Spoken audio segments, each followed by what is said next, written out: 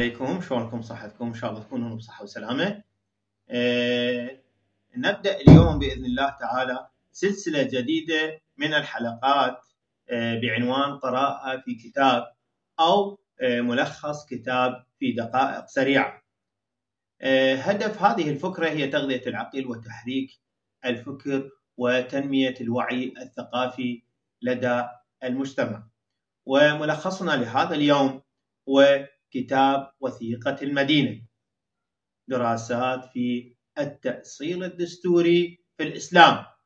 طبعا تأليف مجموعة من الباحثين، ويقع الكتاب في 252 صفحة من القطع المتوسط. يتناول الكتاب دراسة حديثة لأهم معالم وثيقة المدينة الدستورية، يعرض مصادرها ونصوصها وأسانيدها وتاريخ كتابتها مع الشواهد التي وردت في المصادر التاريخية. وقد نصت الوثيقة على أنها كتبت عقب هجرة النبي إلى المدينة المنورة، حين وضع أول دستور ينظم حياة مجتمع متعدد الأعراق والأديان. دستور وصفه المؤرخون والمستشرقون بأنه من مفاخر الحضارة الإسلامية، وأول تجربة حقيقية في بناء دولة مدنية عادلة. وسنضع لكم نص الوثيقة في البايو، فلا تنسوا دعمنا بالإعجاب والاشتراك تشجيعا لنا على الاستمرار في هذا المشروع الثقافي والمعرفي. لقد تناولت وثيقة المدينة أو صحيفة المدينة أو دستور المدينة قضايا شتى لتنظيم شؤون الأمة، فكانت بحق دستورا للأمة في إدارة حياتها السياسية والاجتماعية والأسرية. نظمت العلاقات بين المهاجرين والأنصار، وأقرت بعهود مع اليهود في المدينة مكفولة لهم أديانهم وأموالهم وحقوقهم. خلالها تأسست الدولة المدنية بعناصرها الأربعة: المواطنون، الإقليم، الحكومة، والقانون.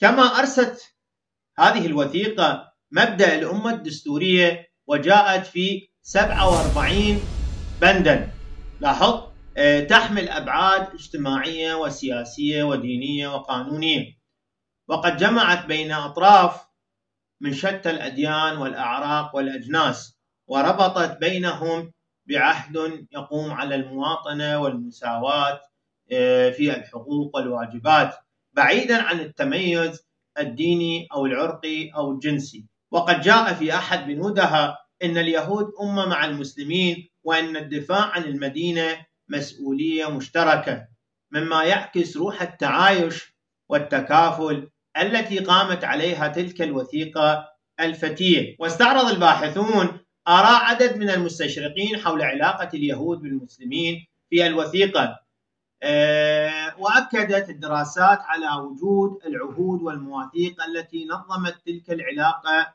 بوضوح وعدل فيما بينهم، ولذلك اعتبرت أول وثيقة أو دستور نظم الحياة المدنية بين اليهود والمسلمين وبقية الأطياف والأجناس الأخرى.